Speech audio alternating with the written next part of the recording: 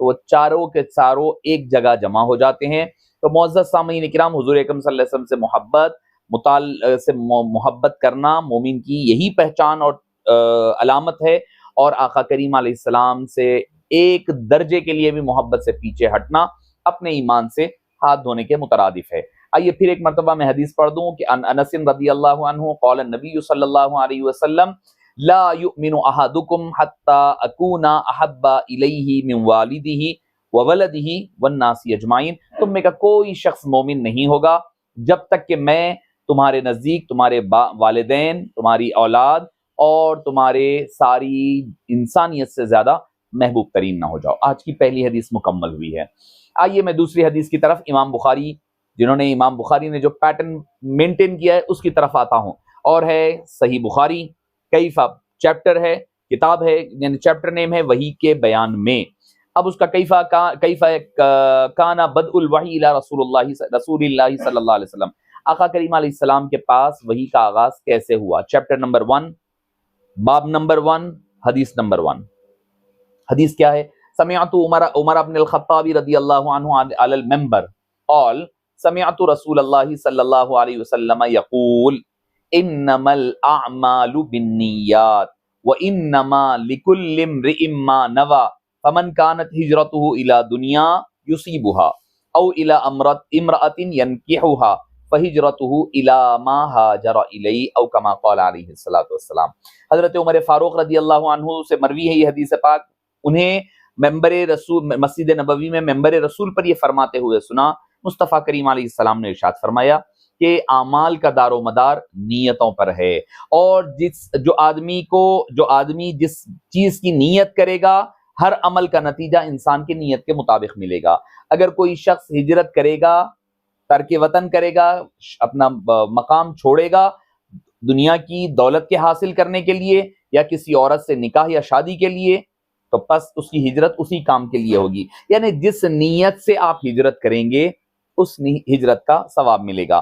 امام قسطلانی علیہ رحمہ فرماتے ہیں کہ یہ حدیث احادیث میں سے ایک ہے جن پر اسلام کا دار و مدار ہے۔ نیت بڑی اہم چیز ہوتی ہے، آدمی کی نیت کیا ہے، کیسی ہے، کتنی پاک و صاف ہے، اس کا اعتبار کیا جاتا ہے۔ اگر اس کی نیت پاک ہے تو اس کا دار و مدار اعمال بھی اس کے مطابق ملے گا۔ معزز سامعین کرام، امام شافعی علیہ رحمہ جیسے اکابر نے صرف ایک حدیث کو علم دین کا تہائی یا نصف حصہ قرار دیا۔ امام شافعی نے فرمایا آدھا حصہ یہ حدیث پاک ہے فرمایا کرتے۔ امام حضرت عمر فاروق کے علاوہ اور بھی تقریباً 20 سے زائد صحابہ نے اس حدیث پاک کو نقل کیا ہے۔ امام بخاری اپنی صحیح کی کتاب کا آغاز اس حدیث سے کرتے ہیں کہ ہر نیک کام کی تکمیل کے لیے خلوص نیت ضروری ہے، یعنی احادیث کا جمع کرنا، ان کا لکھنا، ان کا پڑھنا، یہ بھی ایک نیک ترین عمل ہے، نیک کام ہے۔ اس کے لیے بھی تو ضروری ہے کہ نیت پاک ہو، نیت صاف ہو۔ آپ اور ہم پڑھ رہے ہیں، پڑھا رہے ہیں، ہماری نیت بھی تو صاف ہو، ہمارا مقصد کوئی دنیاوی غرض نہ ہونا۔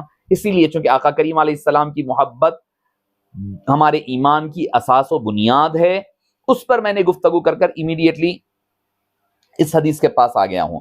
معزز سامعین کرام، جیسا کہ اس حدیث کی شان ورود سے ظاہر ہوتا ہے کہ ایک شخص نے ایک عورت ام قیس نامی کو پیغام نکاح دیا، اس نے جواب میں خبر دی آپ ہجرت کر کے مدینہ آ جائیں تو شادی ہو سکتی ہے۔ ایک صحابی نے حضرت ام قیس کو پیغام بھیجا، انہوں نے کہا کہ آپ مدینہ آئے تو نکاح ہوگا، چنانچہ وہ جو ہے اسی نیت کے تحت مدینہ منورہ ہجرت کر کے آئے اور ان کی شادی ہو گئی۔ تو دوسرے صحابہ ان کو مہاجر ام قیس کہا کرتے تھے، مہاجر اللہ نہیں کہا کرتے تھے، ام قیس کے مہاجر، ام قیس جو صحابیہ تھی، جو خاتون تھے، ان کے مہاجر، ان کی طرف ہجرت کرنے والے۔ تو اس واقعے سے متاثر ہو کر آقا کریم علیہ الصلوۃ والسلام نے یہ حدیث پاک سنائی۔ حدیث پاک کے آقا کریم علیہ السلام کے الفاظ آپ کو میں بتاؤں گا تاکہ سند جو ہے، یعنی جو پہلے راوی کہتے ہیں، جو محدث آخر میں کہتے ہیں، وہ دونوں کو سند کہتے ہیں۔ جو ایکچوئل جو ٹیکسٹ آف آپ صلی اللہ علیہ وسلم ہوتا ہے، حضور اکرم صلی اللہ علیہ وسلم کے جو الفاظ ہوتے ہیں اس کو ہم متن کہتے ہیں۔ متن، میم تا نون، متن، ٹیکسٹ جو ہوتا ہے، اوریجنل ٹیکسٹ آف پروفٹ صلی اللہ علیہ وسلم۔ کیا ہے اس حدیث کا؟ انما الاعمال بالنیات، اعمال کا دار و مدار نیتوں پر ہے۔ وانما لکل امرئ ما نوى، آدمی جس چیز کا ارادہ کرتا ہے اس کو فائدہ ملتا ہے، اس کو ثواب ملتا ہے۔ فمن کان ہجرتہ الی الدنیا یصیبها، اگر کسی کی ہجرت دنیا کی طرف ہے تو اس کو وہ اس کا ثواب ملے گا. وَإِلَىٰ امْرَأَةٍ يَنْكِحُهَا، اور کوئی عورت کی طرف اگر ہجرت کر رہا ہے نیت سے تو اس کو اس کا حساب سے اس کا اجر ملے گا. فَهِجْرَتُهُ إِلَىٰ مَا هَاجَرَ إِلَيْهِ، جس کام کے لیے جس نیت کے تحت وہ ہجرت کرے گا اس کو اسی کے مطابق ثواب ملا کرے گا. آئیے تیسری حدیث پاک، آخری حدیث آج کے ہمارے سیشن کی، آقا کریم علیہ الصلوۃ والسلام کی حدیث پاک، صحیح بخاری، کتاب فضائل القرآن. چونکہ رمضان کا مبارک مہینہ بھی ہے تو ابتدائی جو حدیثیں آئے گی ہماری رمضان، قرآن، اعتکاف اور آپ کے عیدین وغیرہ سے متعلق آپ کو چند احادیث ملے گی. اس کے بعد ہم جنرل احادیث پر آئیں گے. کتاب فضائل القرآن، باب خیرکم من تعلم القرآن وعلمہ، 21، چیپٹر نمبر 21 اور حدیث نمبر 5027. یہ حدیث پاک ہے حضرت عثمان بن عفان رضی اللہ عنہ سے مروی ہے. حدیث پاک بالکل مختصر ہے، آپ بالکل اس کے ساتھ پڑھ سکتے ہیں. حدیث کیا ہے سنیے. عن عثمان رضی اللہ عنہ عن النبی صلی اللہ علیہ وسلم، حضرت عثمان رضی اللہ عنہ سے مروی ہے کہ آقا کریم علیہ السلام نے ارشاد فرمایا خیرکم من تعلم القرآن وعلمہ. حدیث کے الفاظ آقا کریم علیہ السلام کے اتنے ہی ہیں. کیا حضور حضرت عثمان بن عفان سے مروی ہے، وہ فرماتے ہیں کہ حضور اکرم صلی اللہ علیہ وسلم نے ارشاد فرمایا تم میں کا خیرکم، تم میں کا سب سے بہترین کون ہے، من جو تعلم القرآن، قرآن سیکھے، وعلمہ اور اس کو دوسروں سے تک سکھائے. اس حدیث پاک سے معلوم ہوتا ہے قرآن کریم کا پڑھنا تمام نیک اعمال سے افضل ہے، کیونکہ اس حدیث کے مطابق قرآن کریم پڑھنے پڑھانے والوں کو تمام لوگوں سے افضل کہا گیا. تو حدیث کے پڑھنے والا سے افضل قرآن کا پڑھنے والا. اس کا مطلب یہ نہیں ہے کہ قاری قرآن جو ہے یعنی قرآن کی صرف تلاوت کرنے والا فقیہ سے محدث سے افضل ہو جائے، نہیں، ایسا نہیں ہوتا. بلکہ چونکہ جو تلاوت کرنے والا ہے یقیناً وہ اپنی جگہ پر ہے، مگر فقیہ کا اپنا ایک اعلیٰ مقام و مرتبہ ہے.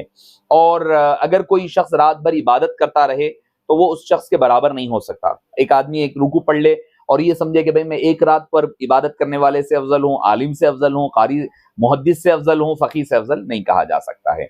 اچھا، اب اس کے بعد سفیان ثوری رضی اللہ عنہ سے سوال ہوا کہ جہاد اور تعلیم قرآن میں کون سا عمل افضل ہے، کون سا عمل؟ اور اس میں صرف قرات نہیں کہا، تعلم القرآن، تعلیم کہی گئی.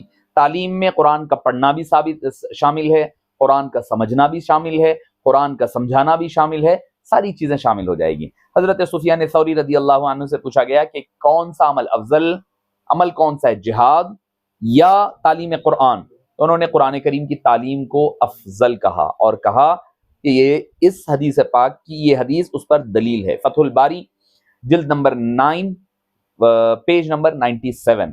فتح الباری جو بخاری شریف کی سب سے ایتھنٹک تشریح اگر کوئی ہے تو فتح الباری ہے. تو اللہ تعالیٰ نے کسی جاہل کو اپنا ولی قرار نہیں دیتا، اور جاہل سے مراد وہ شخص ہوتا ہے جسے بقدر ضرورت قرآن کریم پڑھنا یا اپنے طور پر سمجھنا نہیں آتا ہے. تو معزز سامعین کرام، آج کی ہماری جو آخری اور تیسری حدیث تھی، آقا کریم علیہ السلام کا جو متن ہے، الفاظ ہے، وہ یہ ہے خیرکم من تعلم القرآن وعلمہ. تم میں کا سب سے بہترین آدمی وہ ہے جو قرآن خود سیکھے اور دوسروں کو سکھائے. آج کے لیے اتنا ہی. انشاءاللہ العزیز آج کے لیے اجازت دیجیے، اور کل انشاءاللہ العزیز کل کی نشست میں آپ حضرات سے بخاری شریف کے الاربعین من البخاری المنتخب احادیث من صحیح البخاری لے کر کے پھر سے انشاءاللہ العزیز حاضر ہوں گے. السلام علیکم ورحمۃ اللہ وبرکاتہ.